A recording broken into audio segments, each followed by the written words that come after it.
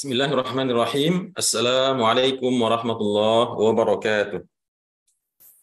Alhamdulillahirabbil alamin wassalatu wassalamu ala asyrafil anbiya'i wal mursalin wa ala alihi wa ashabihi wa man ittaba'a hudahu ila yaumiddin. Amma ba'd. Bapak-bapak dan ibu-ibu, ikhwan akhwat, saudara dan saudari sekalian, peserta kajian tadabbur Al-Qur'an yang dirahmati oleh Allah Subhanahu wa taala. Bersyukur kita kepada Allah Subhanahu wa taala yang kembali mempertemukan kita dalam majlis tadabbur Al-Qur'an yang kita cintai ini, majlis yang insyaallah dipenuhi dengan keberkahan oleh Allah Subhanahu wa taala. Salawat beserta salam kita doakan untuk uswah dan qudwah kita, Nabi Muhammad sallallahu alaihi wasallam. Khususnya karena kita pada saat ini sedang berada di dalam bulan Rabiul Awal yang merupakan bulan kelahiran Rasulullah sallallahu alaihi wasallam. Maka sebagai salah seorang umat yang tentunya kita sangat mencintai beliau, maka tentunya sudah sewajarnya kita memperbanyak salawat ya, khususnya di bulan Rabiul Awal ini yang merupakan bulan di mana kita memperingati kelahiran Rasulullah sallallahu alaihi wasallam.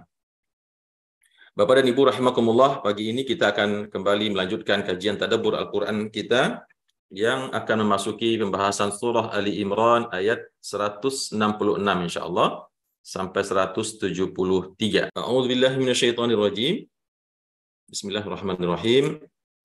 Di ayat 166 ini Bapak dan Ibu masih tentunya kelanjutan daripada cerita tentang perang Uhud ya. Jadi Masya Allah, saya sudah beberapa kali kita pertemuan, kita masih membahas tentang hikmah-hikmah yang terjadi pada perang Uhud ya. Kalau kita lihat ada cukup banyak ayatnya, ada 2,5 halaman sudah kita bahas tentang perang Uhud ini ya. Maka tentu ini memberikan pengertian bahwasanya peristiwa perang Uhud ini merupakan suatu peristiwa yang sangat penting untuk kita jadikan hikmah dan ibrah ya. Bagaimana Rasulullah SAW memimpin peperangan ini, dan bagaimana juga fenomena yang terjadi pada waktu itu, di mana ada sebagian besar sahabat yang tergoda dengan dunia, dan sebagian ada yang ketakutan berkhianat pada Rasulullah SAW. Dan bagaimana juga dalam peristiwa ini, bahwasanya ketika Allah berkehendak suatu pasukan itu kalah, ya dia akan kalah. Dan ketika Allah menghendaki pasukan umat Islam itu menang, maka dia akan dimenangkan oleh Allah Subhanahu wa taala. Yang mana intinya adalah kita harus senantiasa bertawakal kepada Allah Subhanahu wa taala. Dan sebelumnya di pertemuan yang kemarin kita juga menjelaskan tentang Allah mengatakan bahwasanya dengan rahmat Allah lah Nabi Muhammad itu bisa bersikap lemah lembut kepada kaumnya, kepada para sahabatnya yang meskipun ada yang membangkang sekalipun, karena kalaulah Rasulullah itu marah-marah ya, beliau membentak, menghardik, bahkan mungkin mengintimidasi dengan fisik, maka tentu mereka semua akan berpaling daripada agama ini. Nah, ini hikmahnya bagi kita di dalam berdakwah, memang perlu kita memperhatikan aspek cara dengan lemah lembut ini. Lalu kemudian pada ayat ini Bapak dan Ibu rahimakumullah, Allah Subhanahu wa taala mengatakan, "Wa ma asabakum yaumal taqal jam'an." Dan apapun yang menimpa kamu sekalian pada hari bertemunya dua pasukan, yaitu pada perang Uhud itu tadi. Fa bi iznillah, maka semua itu terjadi dengan izin Allah. Apapun yang menimpa kalian berupa kekalahan, banyak yang terbunuh, sekitar 70 orang sahabat Rasulullah SAW terbunuh, dan banyak sekali yang mengalami luka yang cukup parah ya. Maka kata Allah, apapun yang menimpa kalian pada kejadian bertemunya dua pasukan tersebut, yaitu pada perang Uhud tadi, maka itu terjadi fa bi iznillah. Semua terjadi karena izin Allah. Jadi Allah tidak pernah berlepas diri daripada nabinya dan tidak pula daripada hamba-hambanya yang beriman kepadanya.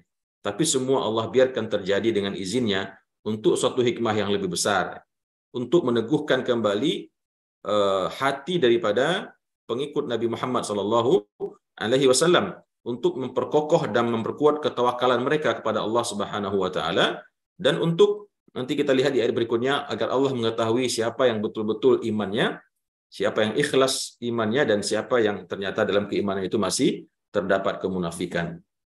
Kata Allah, "Wa ma asabakum yaumal taqal jam'an." Dan apa saja yang menimpa kalian pada hari bertemunya dua pasukan itu, berupa kekalahan, berupa banyak yang meninggal, banyak yang terluka, maka itu terjadi dengan izin Allah. Dan kemudian waliya'lamal mu'minin, dan tujuannya juga agar dia itu adalah Allah, mengetahui siapa di antara kita orang-orang beriman. Tentu maksud di sini Bapak dan Ibu bukan berarti Allah tidak tahu ya. Allah Maha tahu, innallaha alimun bidzatis sudur.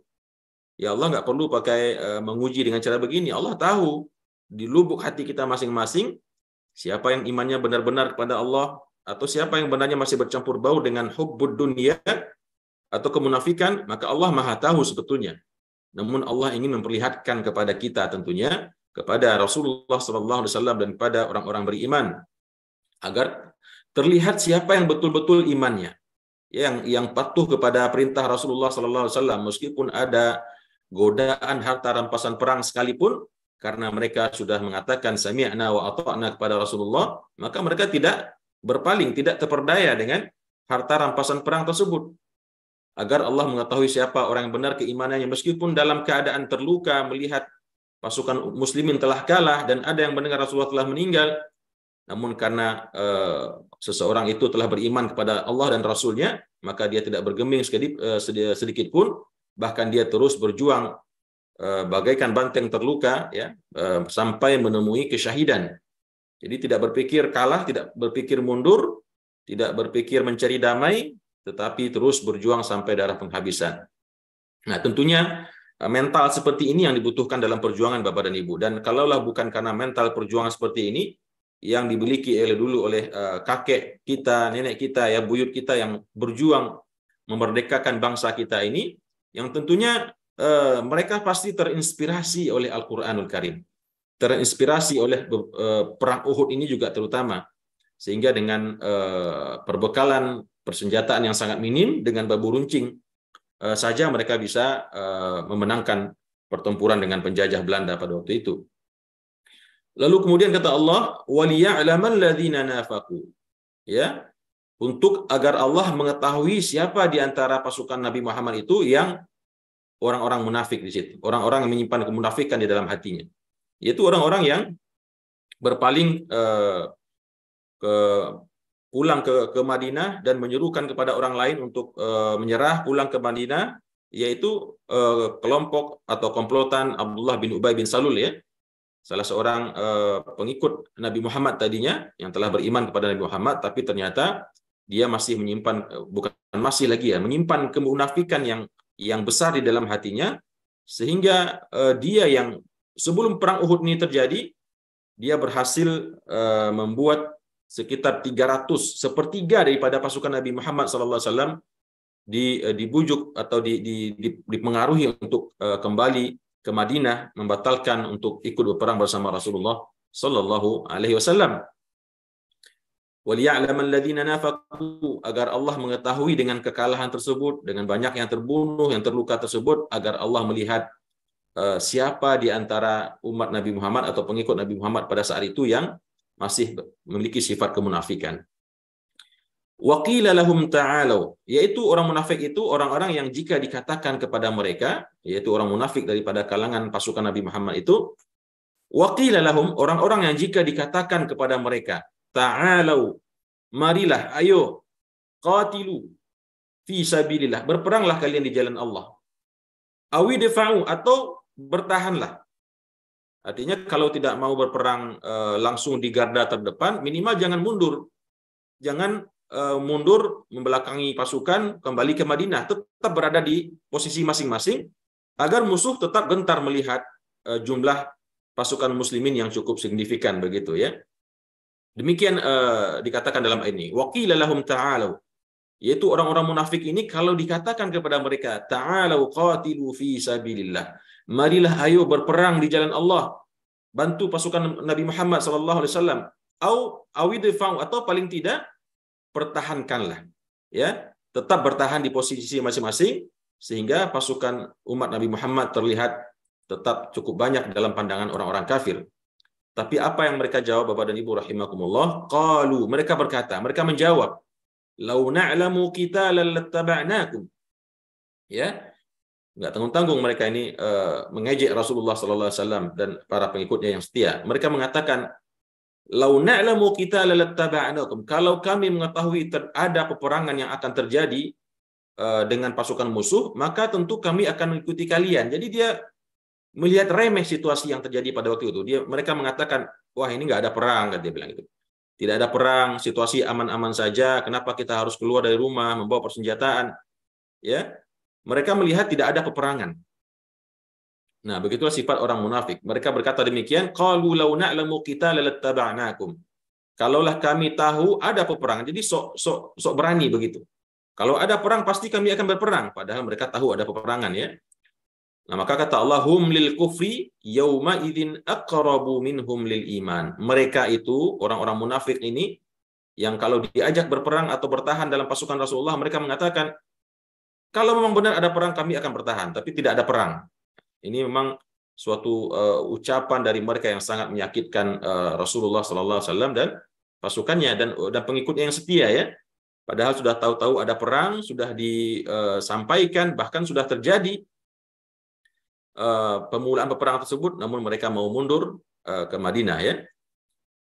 Hum lil kufri yauma idzin, mereka ini orang-orang munafik ini lil kufri kepada kekafiran pada hari itu lebih dekat daripada mereka kepada keimanan. Jadi Allah mengatakan mereka ini bukan munafik lagi ya. Mereka telah lebih dekat kepada kekafiran. Yang kalaulah bukan karena mereka telah menyatakan asyhadu an la ilaha illallah wa asyhadu anna muhammadar rasulullah, maka mereka telah dicap 100% kafir. Tapi karena memang Allah memberikan tuntunan kepada nabinya untuk tidak mengkafirkan orang-orang munafik ini, maka mereka tidak serta-merta dikatakan orang kafir. Tapi di sini Allah mengatakan hum lil kufri. Mereka itu orang-orang munafik itu kepada kekafiran pada hari itu, yaitu pada terjadinya perang Uhud itu, posisi mereka lebih dekat kepada kekafiran daripada keimanan. Jadi sudah terlihat dari sikap mereka itu bahwa sebetulnya mereka bukan lagi munafik, tetapi telah kafir kepada perintah Nabi Allah, yaitu Nabi Muhammad SAW. Kata Allah kemudian, yaquluna bi afwahihim.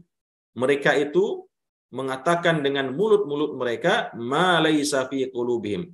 Apa-apa yang tidak terdapat di dalam hati mereka. Artinya mereka mengatakan sesuatu yang manis di depan, sesuatu yang terkesan mendukung, membela, ikut berjuang, akan tetapi di dalam hati mereka sungguh sesuatu yang terbalik sama sekali. Yaquluna bi afwahihim. Mereka berkata-kata dengan mulut mereka, ma laisa fi qulubihim. Apa-apa yang tidak sesungguhnya terdapat di dalam hati mereka. Artinya mereka bersikap munafik ya, bermulut manis, tapi akan tetapi di hatinya sesungguhnya tidak demikian. Wallahu a'lamu bima yaktumun. Dan Allah itu maha mengetahui, ya, lebih mengetahui dengan apa-apa yang mereka sembunyikan daripada kemunafikan tersebut. Nah, tentunya Bapak dan Ibu, ini ibrah yang bisa kita ambil dalam ayat ini, bahwasanya tidak dimungkiri ya, dalam perjuangan umat itu, dalam perjuangan orang-orang yang berdakwah di jalan Allah, dalam tubuh umat ini, dari masa ke masa, maka akan selalu kita diberikan ujian dengan adanya orang-orang yang bersikap munafik seperti ini. Ya, tentunya dengan berbagai macam bentuknya seiring dengan perkembangan zaman ya, dan tidak luput juga perjuangan kita pada hari ini di bangsa kita ini ya, di tengah masyarakat ada orang-orang yang mereka itu mengaku beragama Islam, akan tetapi tindakan mereka sama sekali tidak menunjang, tidak menyokong untuk perjuangan Islam ya.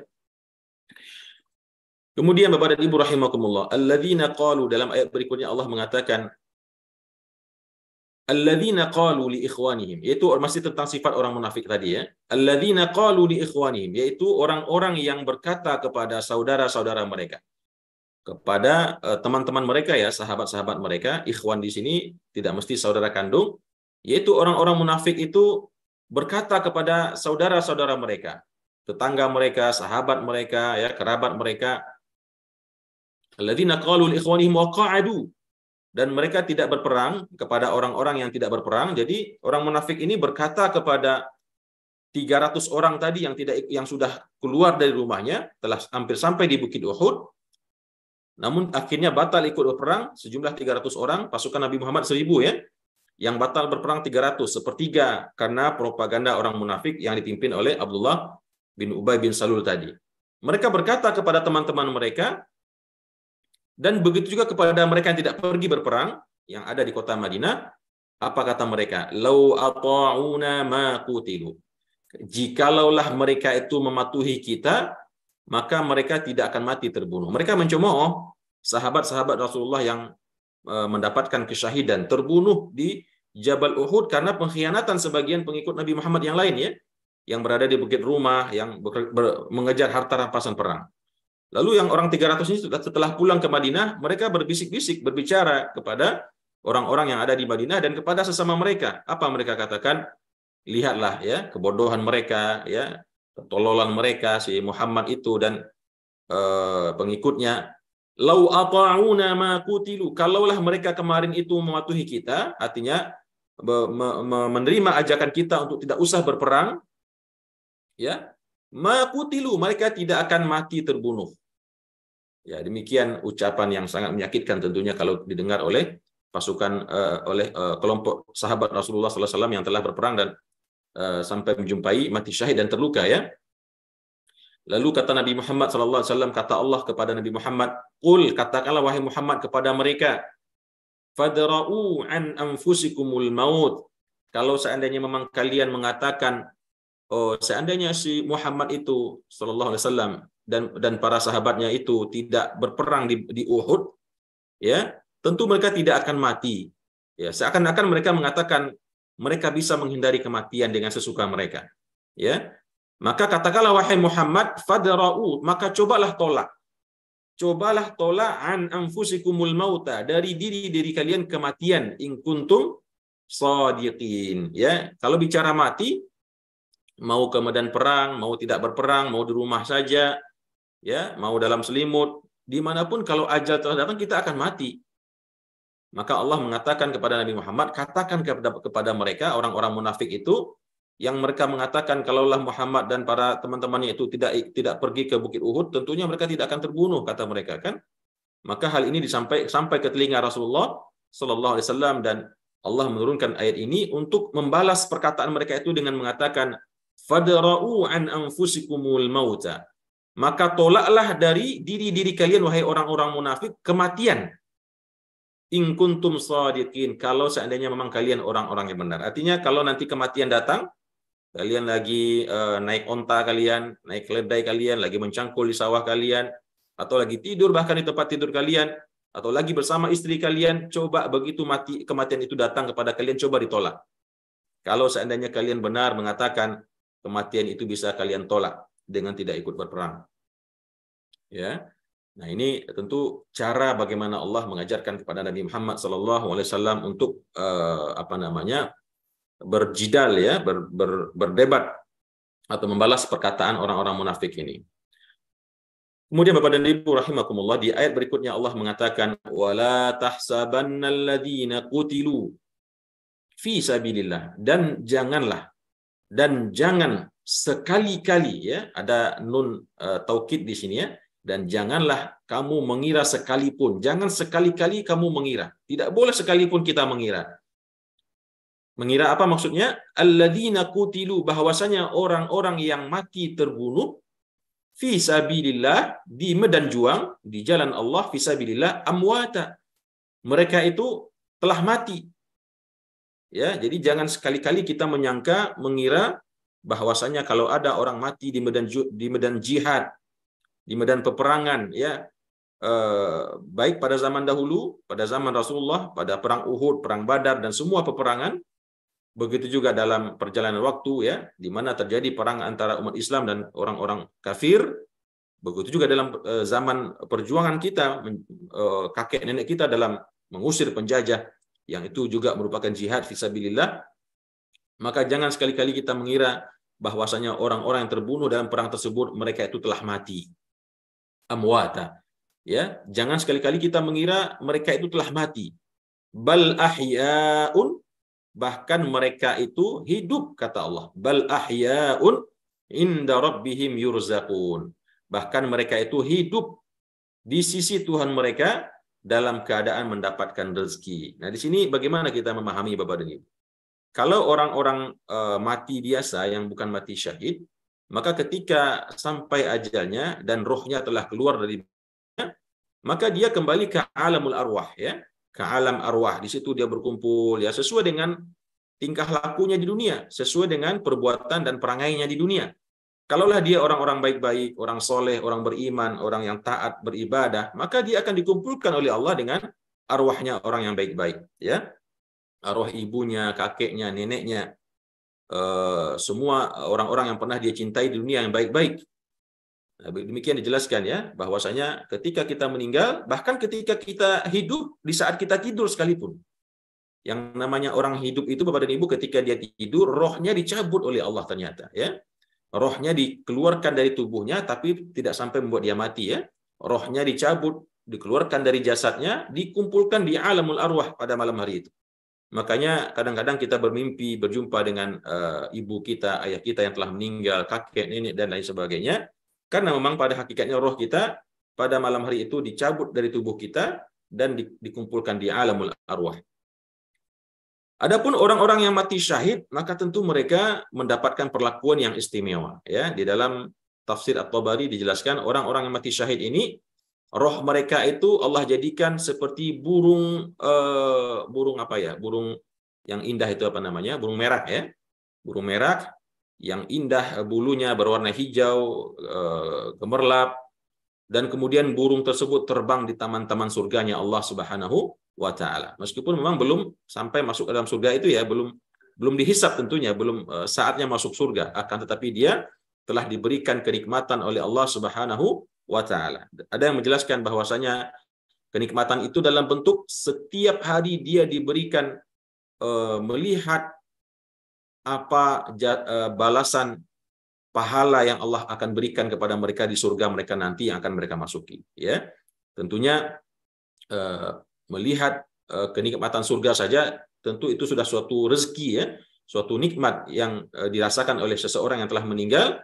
Setiap hari dia melihat kenikmatan, dia melihat keindahan yang sebentar lagi akan dia dapatkan. Nah, itulah yang Allah berikan kepada orang-orang yang mati syahid tersebut. Mereka itu hidup di sisi Tuhan mereka dalam keadaan mereka mendapatkan rezeki dari Allah Subhanahu wa taala. Kemudian kata Allah, farihina. Farihina, mereka itu bergembira. Bergembira ria, ya, gembira ria dan happy begitulah, bima atahumullahu min fadli, dengan apa-apa yang Allah akan berikan kepada mereka dari karunia-Nya. Ya, baik yang telah mereka dapatkan sejak mereka masuk dalam kuburnya itu, orang-orang yang mati syahid, ya, tidak begitu juga orang-orang beriman, begitu dia dimasukkan ke dalam kuburnya, dia telah mulai merasakan kenikmatan akhirat tersebut, Bapak dan Ibu, ya. Bahkan kenikmatan akhirat tersebut telah mulai dirasakan oleh orang-orang beriman, apalagi orang yang mati syahid, sejak jasadnya ditanamkan ke dalam bumi tersebut. Ya.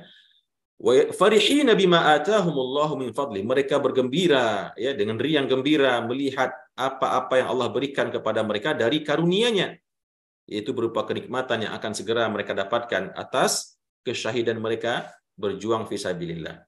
Kemudian wa yastabshiruna billadzina lam yalhaqu bihim, dan mereka memberi kabar gembira, ya, wa yastabshiruna, dan mereka memberi kabar gembira billadzina lam yalhaqu bihim, dengan orang-orang yang belum menyusul mereka, ya, dari baik orang-orang yang belum menjumpai kesyahidan, meninggal di perang Uhud, begitu juga di perang-perang yang lain, ada orang yang berjuang namun karena mungkin kehebatannya, kekuatannya, dia tidak sampai mati syahid.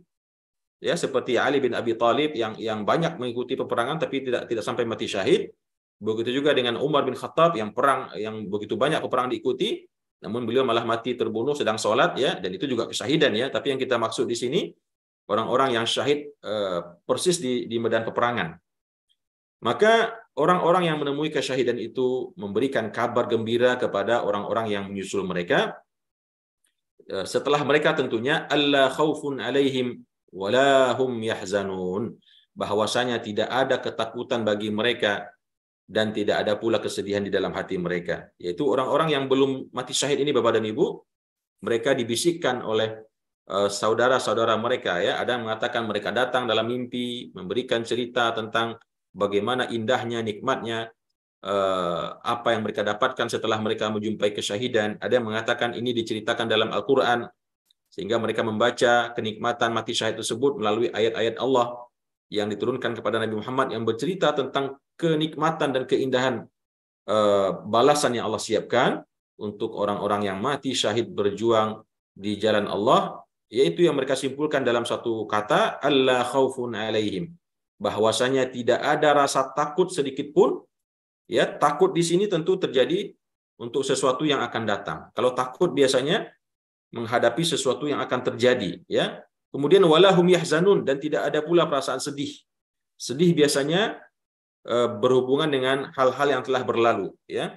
Sedih karena tidak sempat merasakan dunia, sedih karena mungkin tidak mendapatkan apa yang diinginkan, sedih karena dulu mengalami sesuatu yang mungkin sulit untuk dilupakan. Maka orang-orang yang mati dalam jihad, mati syahid ini, maka mereka tidak merasakan sedikit pun tidak pula rasa takut, karena mereka telah merasakan mereka akan segera dimasukkan ke dalam surganya Allah dan tidak akan dihadapkan kepada siksaan api neraka. Dan begitu juga mereka tidak bersedih, ya, meskipun berpisah dengan istri yang dia cintai, berpisah dengan anak-anaknya, meninggalkan dunia, maka mereka tidak lagi merasakan kesedihan. Kemudian kata Allah, yastabshiruna bi ni'matin minallah wa fadlin, dan mereka itu terus memberikan kabar gembira kepada teman-teman mereka yang belum sampai mati syahid tapi terus berjuang. Mereka memberikan kabar gembira dengan nikmat dari Allah yang akan mereka dapatkan dan karunia, ya, nikmat dan karunia. Wa annallaha la yudhi'u ajral mu'minin, dan bahwasanya mereka mengatakan kepada teman-temannya yang belum mati syahid, dan bahwasanya Allah tidak akan menyia-nyiakan pahala orang-orang yang beriman. Artinya ketika ada orang berjihad fi sabilillah, ya, baik berjihad di medan juang, bersimbah darah, terluka, bahkan sampai mati syahid. Begitu juga orang yang berjuang di luar medan perang, ya, dalam membela agama, ya, dengan berbagai macam cara, apakah itu dengan berdakwah, dengan membangun masyarakat, dengan mendidik dalam pendidikan, bahkan di media sosial sekalipun, ya, maka Allah mengatakan di sini, sesungguhnya Allah tidak pernah akan menyia-nyiakan sedikit pun pahala orang-orang yang beriman kepadanya. Siapa orang-orang yang beriman di sini, Bapak dan Ibu? Ditafsirkan dalam ayat berikutnya, yaitu alladzina istajabu lillah war rasul, ya, yaitu orang-orang yang mentaati Allah. Istajabu, mengijabah, ketika dipanggil dia langsung mengijabah, dia langsung menyaut labbaika wa sa'daika ya Allah, ya, sami'na wa ata'na ya Allah. Alladzina istajabu lillah, orang-orang yang mentaati Allah dan nabinya, mentaati apa yang Allah perintahkan, apa yang nabinya seru, apa yang nabi ajak, baik dalam konteks perkara-perkara syariat, begitu juga dalam konteks peperangan ini. Ketika mereka diminta oleh Rasulullah, keluarlah dari rumah-rumah kalian, kumpulkan perbekalan kalian, angkut senjata kalian, dan kita berperang.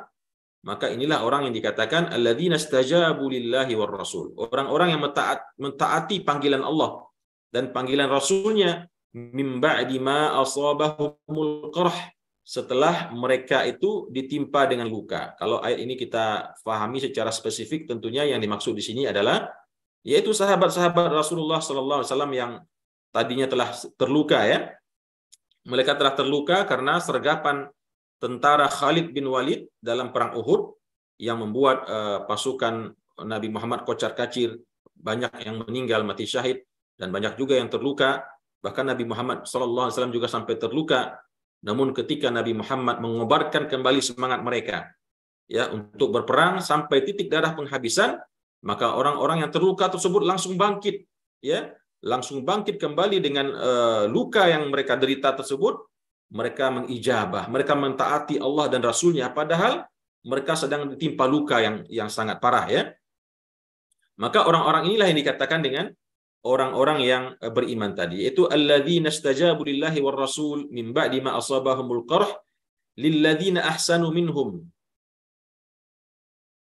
dan bagi orang-orang yang berbuat kebaikan di antara mereka, wattaqau ajrun azim, ya, bagi orang-orang yang berbuat kebaikan, berbuat ihsan, yang ihsan tersebut seperti kita ketahui menyembah Allah seakan-akan mereka melihat Allah, meskipun mereka tidak melihat Allah, maka mereka menyadari bahwasannya sesungguhnya Allah melihat mereka.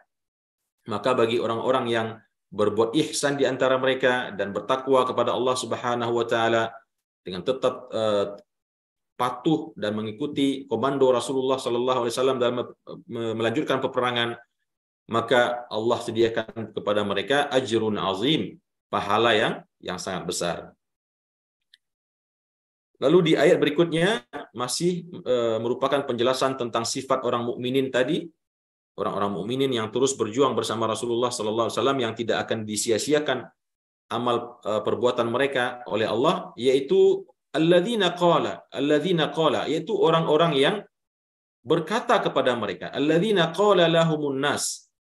Orang-orang mukmin yang dipuji oleh Allah tersebut yang tidak akan disia-siakan amal baiknya adalah yaitu orang-orang yang manusia berkata kepada mereka. Orang-orang munafik An-Nas pertama ini ya. Orang-orang munafik berkata kepada mereka, yaitu orang-orang munafik yang dipimpin oleh Abdullah bin Ubay bin Salul yang tidak jadi berperang, sejumlah 300 orang dan kembali ke Madinah. Orang-orang tersebut berkata kepada sahabat-sahabat Rasulullah sallallahu alaihi wasallam, mereka mengutus salah seorang dari mereka untuk mendatangi pasukan Nabi Muhammad sallallahu alaihi wasallam yang sedang menderita kekalahan dan mendapatkan luka parah.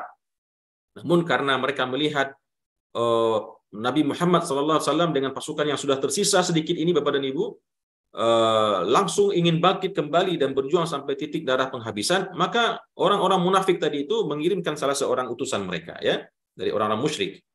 Mereka berkata kepada orang Nabi Muhammad, pengikut Nabi Muhammad, "Innan nasa qad jama'u lakum." Mereka mengatakan sesungguhnya manusia yang kedua di sini adalah orang-orang musyrikin yang dipimpin oleh Abu Sufyan. Jadi An-Nas yang pertama adalah orang-orang munafik. Kelompoknya Abdullah bin Ubay bin Salul. Ini yang berkata kepada sahabat Nabi Muhammad yang masih tersisa di Uhud ya. Apa kata mereka? Mereka mengatakan innan nasa, sesungguhnya manusia, itu orang-orang musyrik yang dipimpin oleh Abu Sufyan, qad jama'u lakum, mereka telah bersiap-siap untuk menghabisi kalian. Ya, jadi orang-orang musyrikin itu ketika mereka berhasil menghantam Rasulullah sallallahu alaihi wasallam dan para sahabat, mereka berpikir mereka telah menang ya. Bahkan mereka mengira Nabi Muhammad sallallahu alaihi wasallam telah terbunuh. Lalu mereka telah siap-siap kembali ke Mekah. Lalu datanglah orang-orang munafik kepada mereka. Mereka mengatakan kepada Abu Sufyan ini, kenapa kalian tidak sampai tumpas ke akar-akarnya Muhammad dan pengikut yang masih ada itu? Ya, mereka pengaruhi, mereka bujuk supaya kembali lagi ke posisinya Nabi Muhammad dan para sahabat yang mereka tinggalkan yang jumlahnya sudah sangat sedikit. Ya, dan akhirnya mereka terpengaruh. Dan mereka, Abu Sufyan mengatakan, sungguh kami akan kembali dan menumpas mereka sampai habis, satu pun tidak boleh ada yang hidup. Ya, akhirnya Abu Sufyan berbalik, menyiapkan pasukannya untuk kembali ke lokasi perang Uhud tadi untuk menyikat dan sampai habis ya pasukan Nabi Muhammad SAW. Maka orang munafik ini segera berlari menuju Nabi Muhammad SAW dan dia mengatakan kepada mereka apa? Hati-hati kalian ya, awas kalian ya. Orang-orangnya Abu Sufyan telah kembali, qad jama'u lakum, mereka telah mengumpulkan kembali pasukannya untuk kembali kepada kalian. Lalu apa kata mereka? Fakhshawhum, maka takutlah kepada mereka. Jadi nakut-nakutin gitu ya Bapak Ibu ya. Dia nakut-nakutin Nabi Muhammad dan para sahabatnya dengan mengatakan pasukan Abu Sufyan dengan gagah berani akan kembali menghabisi kalian semua, tidak akan menyisakan satu pun kalian ya. Yang tentunya maksudnya adalah supaya menyerah dan murtad kembali daripada agama Islam, meninggalkan Nabi Muhammad sallallahu alaihi wasallam. Makanya mereka mengatakan fakhshawhum. Nah, tentu kita bisa membayangkan Bapak dan Ibu bagaimana kejadian ini ya. Orang-orang yang tadinya telah menyatakan bergabung dengan kita lalu meninggalkan kita, dan ketika kita memang sedang mengalami kekalahan, mereka datang. Mereka mengatakan, itulah kalian ya, rasakan. Kalaulah kalian kemarin tidak berperang, kalian tidak akan terluka, tidak akan terbunuh seperti ini. Sekarang awas, hati-hati kalian. Itu orang akan kembali kepada kalian, akan membunuh kalian semua. Ya, nah betapa perbuatan orang-orang munafik ini sangat menyakitkan kepada Nabi Muhammad dan para sahabatnya ya. Bukan saja mereka berkhianat, lari, tapi malah kembali dan memberikan ancaman dan menakut-nakuti begitu. Namun Allah Subhanahu wa taala yang memang tidak pernah meninggalkan nabinya, tidak pernah meninggalkan orang-orang yang beriman kepadanya, eh, memberikan kekuatan iman kepada Rasulullah dan para sahabat. Maka apa yang terjadi? Fazadahum imana. Maka ketika orang-orang munafik itu berkata kepada mereka, fakhshawhum, takutlah kepada Abu Sufyan yang sedang bergerak menuju kalian. Lalu yang terjadi apa? Bukannya mereka gemetar dan takut, akan tapi yang terjadi adalah mereka bertambah-tambah kuat keimanannya. Ya, fazadahum imana. Nah, bisa kita bayangkan Bapak dan Ibu, kalaulah itu terjadi pada kita hari ini, ya, ketika kita berperang dan kita telah kalah dan kita bersembunyi begitu ya, dan kita diberitahu bahwasanya pasukan musuh itu akan segera mendekat kita untuk menghabisi kita, maka tentunya kita akan ketakutan sekali ya, gemetar.